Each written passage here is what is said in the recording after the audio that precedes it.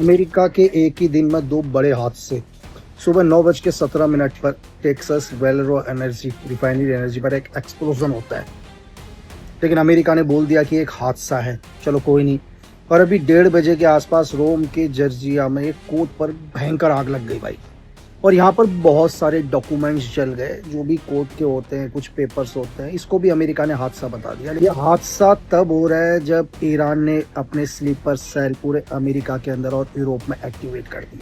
अब ऐसा नहीं है ये स्लीपर सेल 2 दिन पहले आए होंगे, 4 दिन पहले आए होंगे, बहुत पहले से। किसी को 10 साल 20 साल ऐसा भी हो सकता है कि किसी की अगली पीढ़ी भी काम कर रही होगी। ये कहाँ काम कर रहे होंगे यार? ये कहीं भी काम कर सकते हैं। हो सकता है रिफाइनरी में काम कर रहे हो, कोई कोर्ट में हो, यहाँ तक कि कोई FBI के अंदर भी होंगे, अमेरिकन आर्मी में भी होंगे। हर बारी वॉर मिसाइल से, एयरफोर्स से डायरेक्ट नहीं लड़ी जाती, अंदर से भी देश को दहलाया जाता है।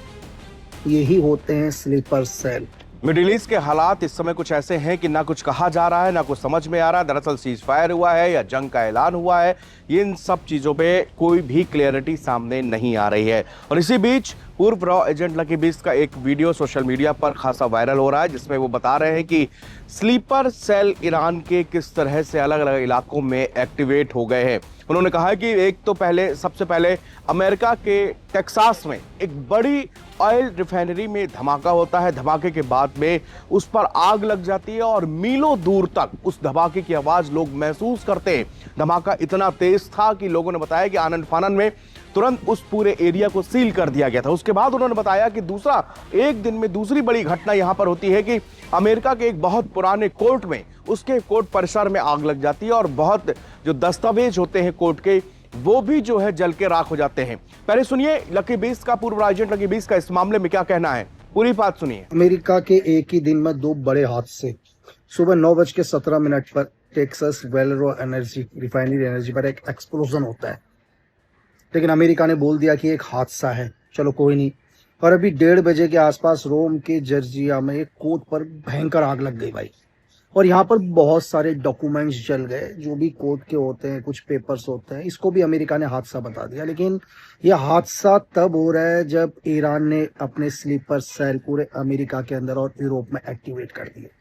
अब ऐसा नहीं है ये स्लीपर सेल 2 दिन पहले आए होंगे, 4 दिन पहले आए होंगे, बहुत पहले से। किसी को 10 साल 20 साल ऐसा भी हो सकता है कि किसी की अगली पीढ़ी भी काम कर रही होगी। ये कहाँ काम कर रहे होंगे यार? ये कहीं भी काम कर सकते हैं। हो सकता है रिफाइनरी में काम कर रहे हो, कोई कोर्ट में हो, यहाँ तक कि कोई FBI के अंदर भी होंगे, अमेरिकन आर्मी में भी होंगे।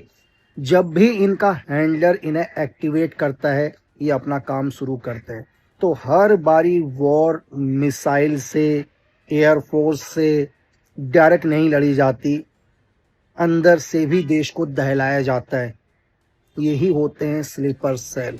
ईरान, इजराइल और यूएस के वॉर को लेकर लकी बीस्ट काफी मुखर है और लगातार अपने वीडियोस सोशल मीडिया पर अपलोड कर रहे हैं और बता रहे हैं कि strategy of war mind game किस तरह से खेला जा रहा है। और उन्होंने इसमें दावा किया है, 3 दिन पहले भी उन्होंने एक बात कही थी कि ईरान का प्रॉक्सी वॉर बहुत ही डेंजरस है। अगर इस डेंजर जोन में अमेरिका ने कदम रख दिया तो समझ लीजिए कि उनके लिए हालात जो है संभालना मुश्किल पड़ जाएंगे और ट्रंप के पास में लौटने का कोई दरवाजा, कोई रास्ता बचेगा नहीं जिससे वो लौट पाए। और आज वो कह रहे हैं कि वो स्थिति आ गई है क्योंकि ईरान के सामने अब कोई दोबारा नया चीज नहीं है। उसके ऊपर इतने अटैक हमले हो चुके हैं कि ऑलरेडी ईरान की बहुत बर्बादी अमेरिका और इजराइल दोनों ने कर दी है।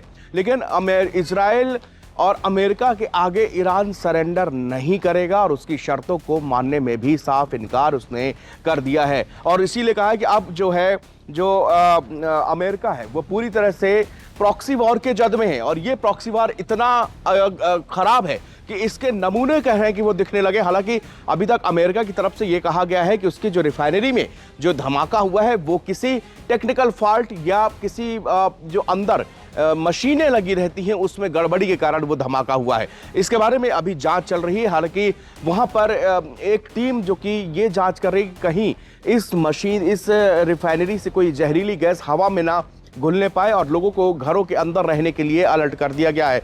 इसके अलावा आपको बता दें कि इजराइल ईरान की तरफ से कोई भी अभी बातचीत की सुगबुगाहट नहीं दिख रही। अमेरिका जरूर ईरान से बात करना चाह रहा है, लेकिन ईरान इससे बातचीत से दूर हटता जा रहा है। वो कह रहा है कि हम बातचीत नहीं करेंगे। इजराइल की मीडिया ने भी अभी ये दावा किया है कि ट्रंप जो है वो वास्तव में ईरान से बात करना चाह रहे हैं, लेकिन उनके पास ईरान जो है बात करना नहीं चाह रहा है।